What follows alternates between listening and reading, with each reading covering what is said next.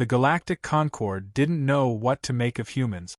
They joined the Alliance late, offered nothing in the way of technological marvels, and still clung to carbon-based emotions like pride, grief, and intuition. It made them interesting, maybe even amusing, but never essential. When Elias Ward received his assignment to the diplomatic cruiser Narrowvok, the paperwork described him as culturally representative. Translation: token human. He boarded with a single bag, scanned the ship's structure faster than its AI, and settled into a bunkroom next to the waste decontamination system. No one greeted him. The crew had already completed 5 missions without him, and by most accounts, preferred it that way. Elias didn't mind. He wasn't here to make friends. His reputation on Earth was vague by design.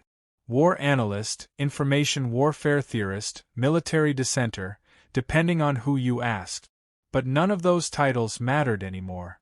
Out here, he was just the oddity in the room. He observed more than he spoke, often dismissed when he did. The Narrowvok's command crew believed in protocol, rationalism, and tested theory. Elias believed in outcomes.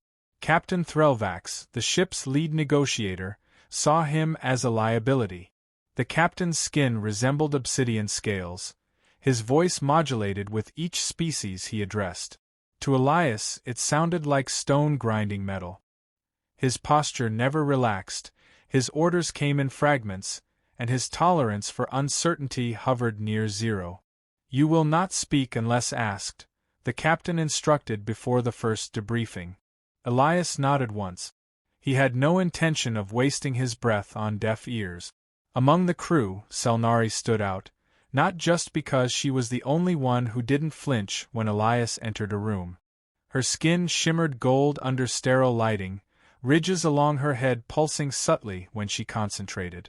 She was the ship's game theorist and cultural specialist, known for her logic and mastery over conflict simulation.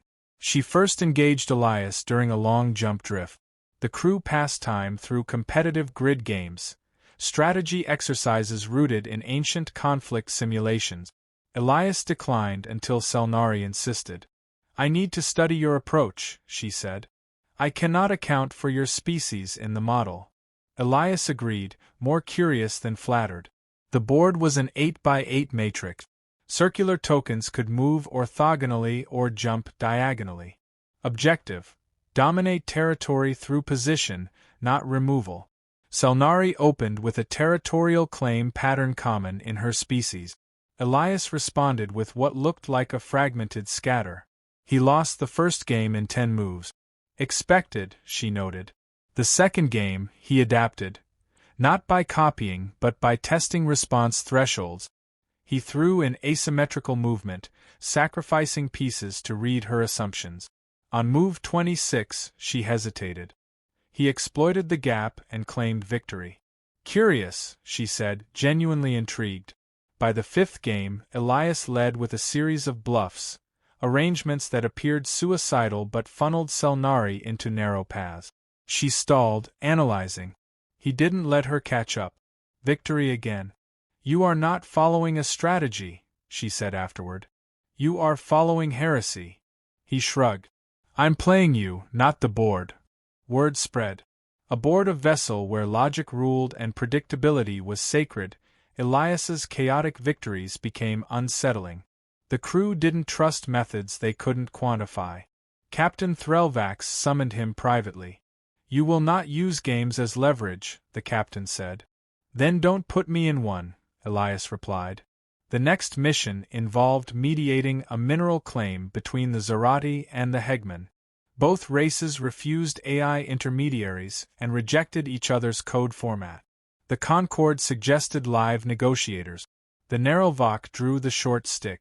Selnari requested Elias join the cultural simulation review. Threlvax objected.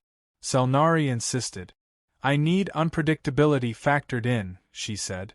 Threlvax relented under Protocol Clause 4.2, requiring species representation.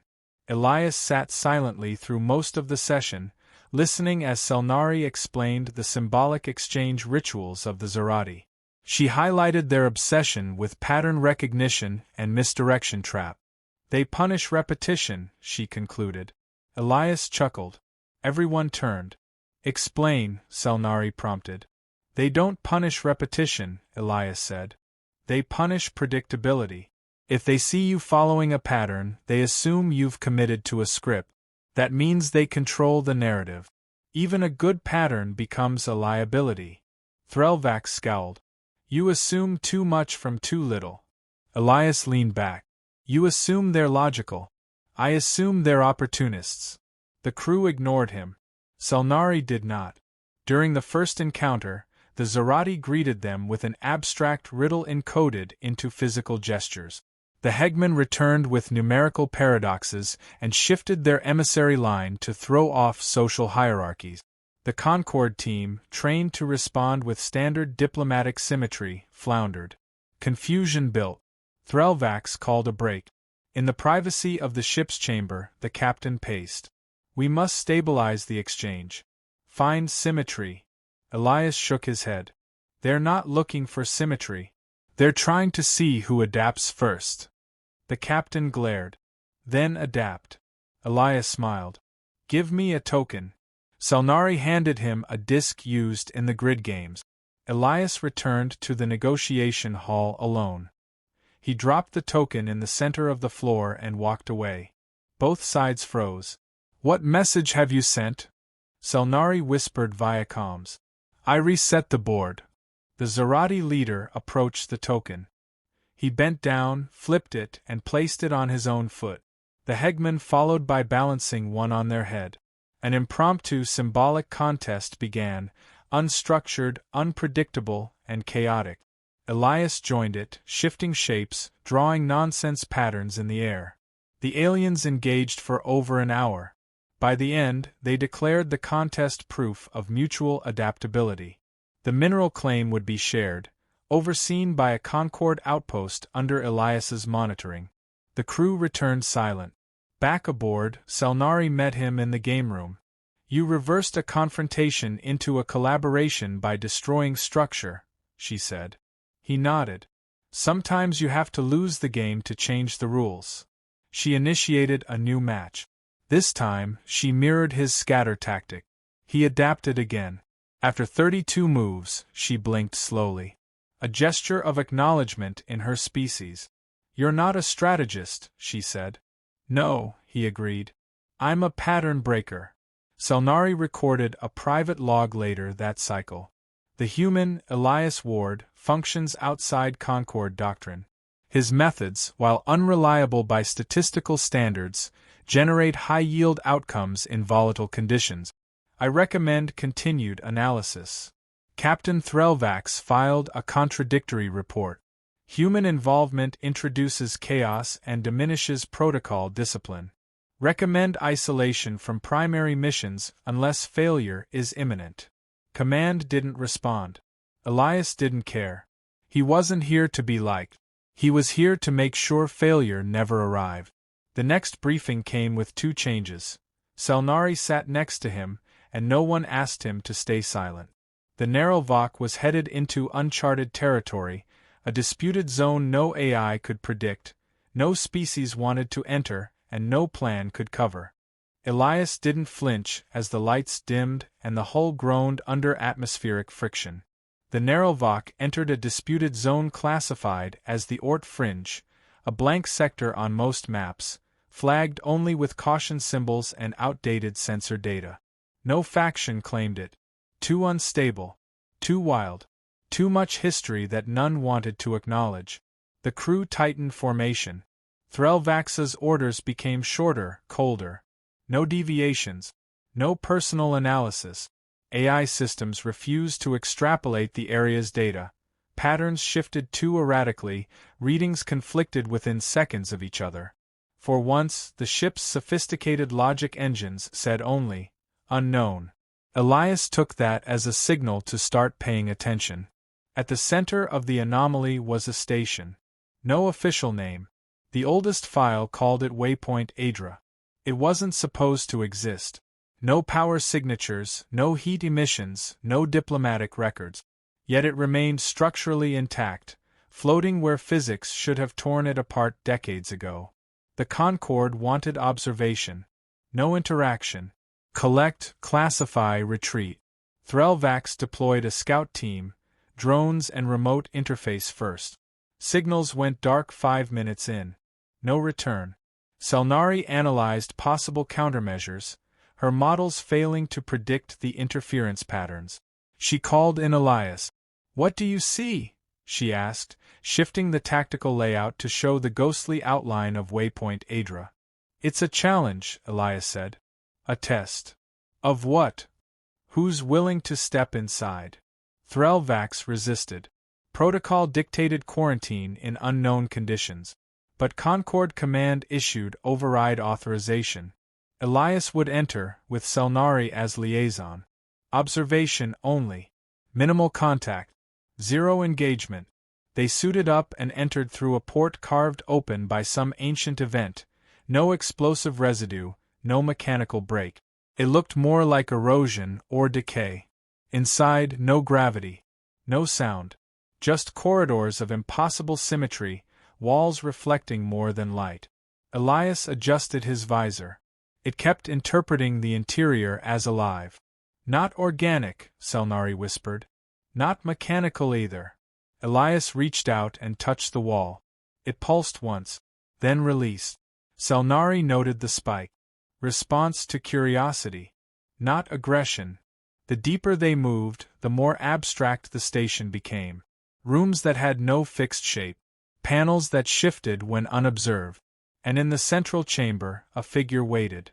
Not a being. A projection. Human silhouette, but faceless, motionless. It didn't speak. It only mirrored their movements. Then, without warning, it created a copy of the board game they played on the ship. It placed 2 tokens in Elias's hand. One in Selnari's. "A test," Elias said again. They played. Not for victory. For understanding. Every move changed the environment. Lighting adjusted. Structural features transformed. When Elias bluffed, the projection rippled.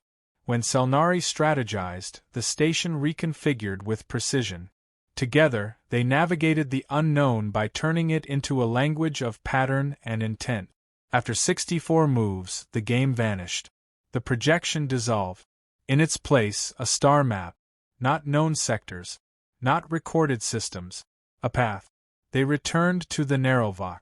Threlvax demanded analysis. Selnari tried, but her logic models collapsed. Only Elias spoke with clarity. "It gave us a choice. The path marked on the map didn't lead to known space. It didn't lead back. It led forward, through unstable regions, warlord-controlled systems, into places declared irretrievable by Concorde losses. Elias proposed they follow it. Threlvax refused.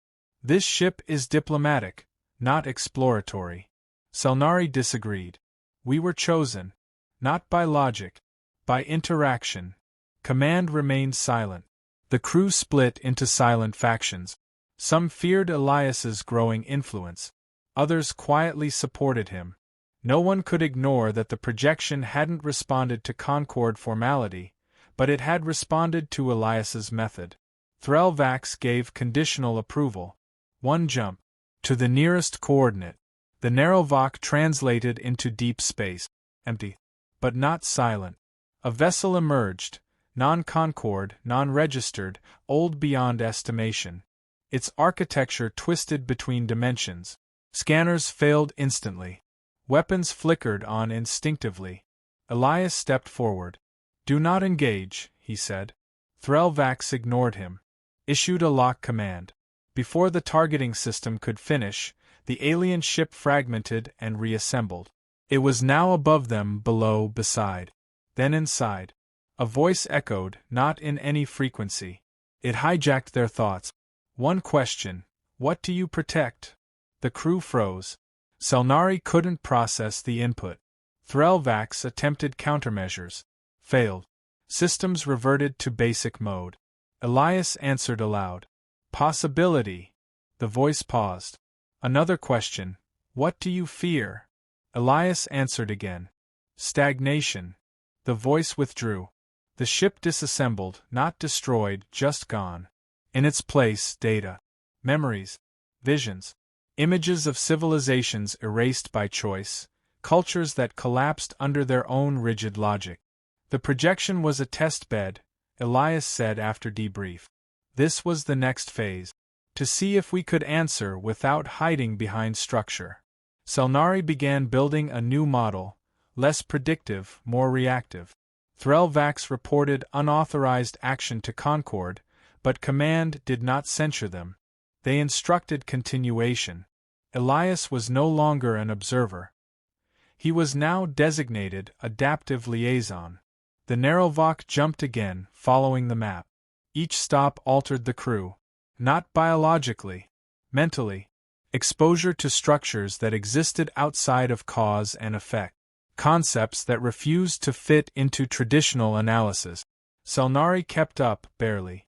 She consulted Elias more now. Not for answers but for frameworks. How do you think like this? She asked. I don't, he replied. I stopped thinking the way I was taught. They reached a system with 5 stars orbiting each other. In its center, a city. Abandoned but preserved. No decay. Elias walked alone through its street. In the city's heart, a library. No books, just interfaces. He touched one. A question appeared. Do you remember who you were?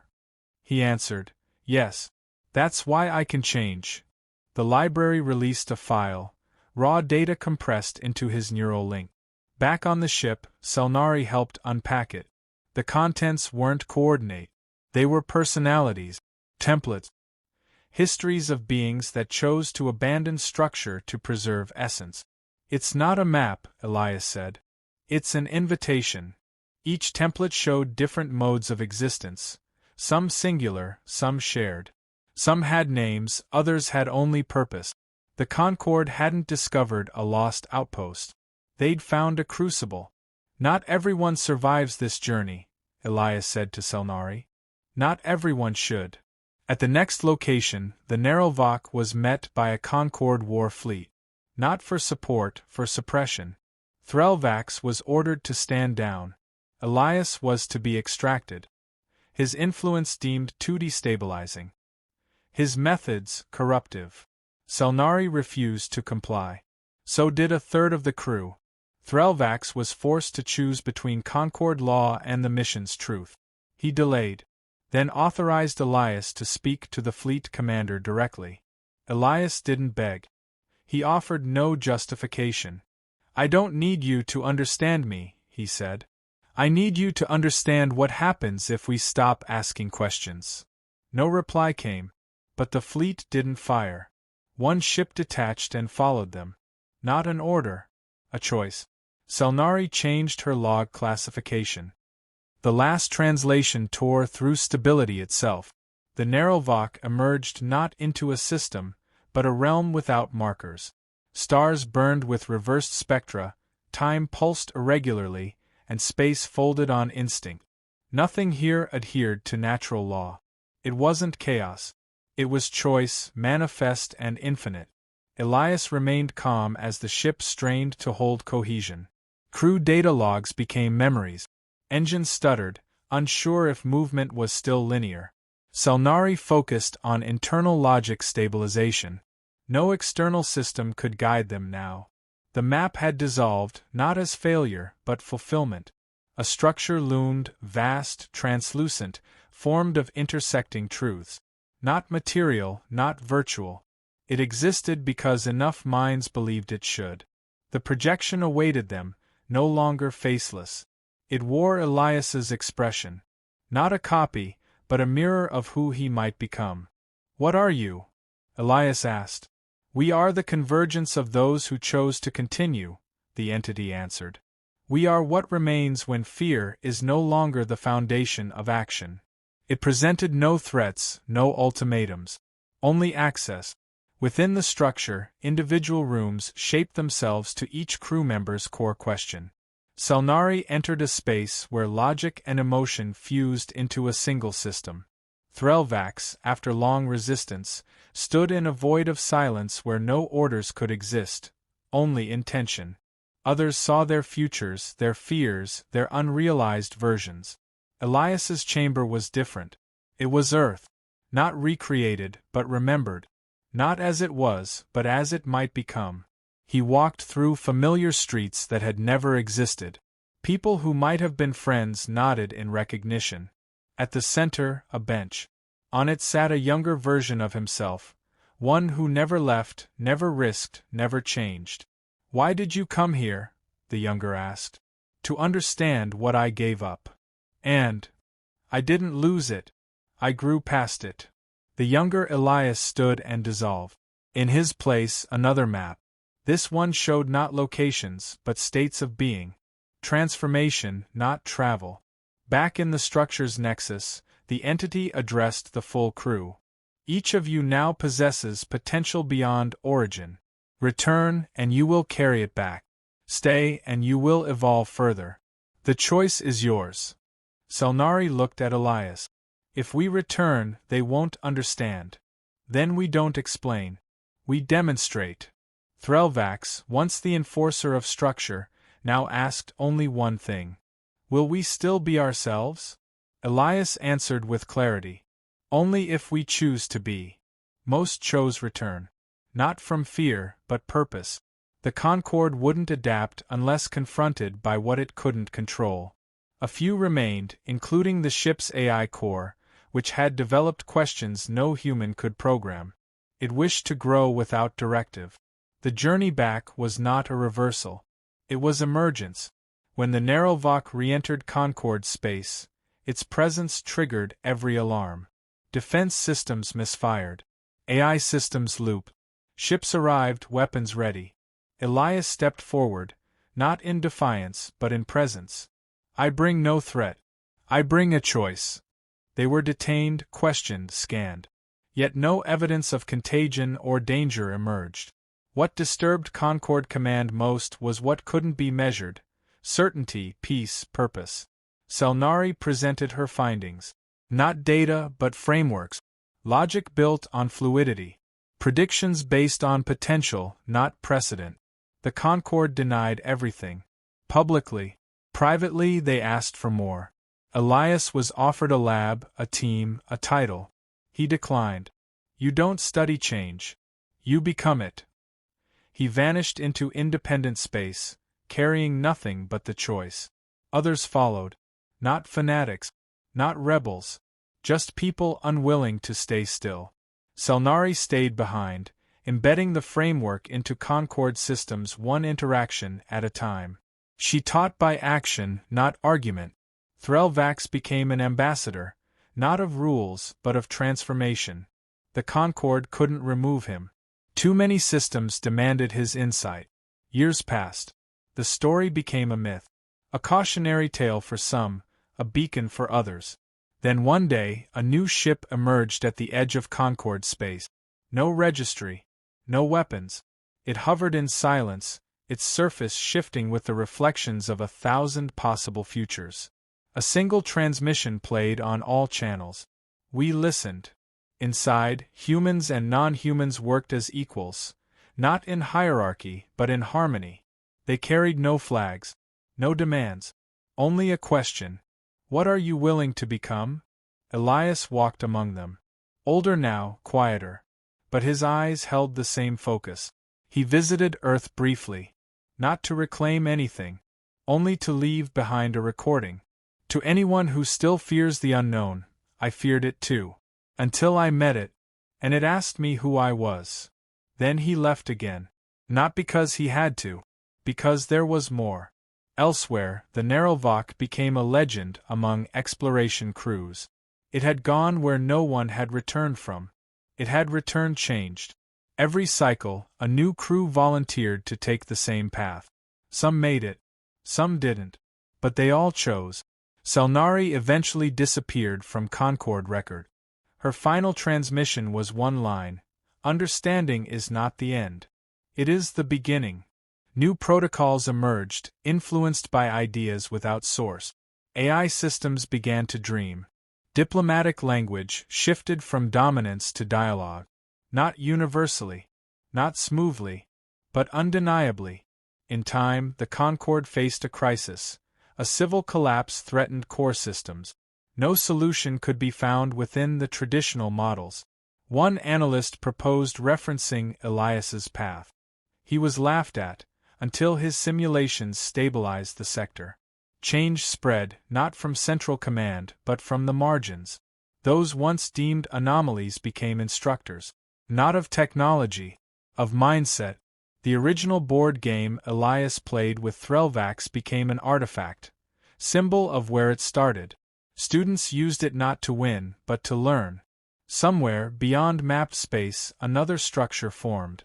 Not identical, not derivative. A new test, built by those who had answered and moved forward. They didn't wait for permission. They issued invitation. The projection returned once more, now unrecognizable as anything singular. It welcomed all who asked, not with certainty, but with opportunity. Because the story of humanity was never about dominance. It was about adaptability. And that was something no system could suppress. Only evolve. The final entry in Elias's log was decrypted years after his last known transmission. It read, "I was sent as a representative. I returned as a possibility. What you do with that is not up to me. It never was. That's the point." And with that, the record ended. But the journey never did.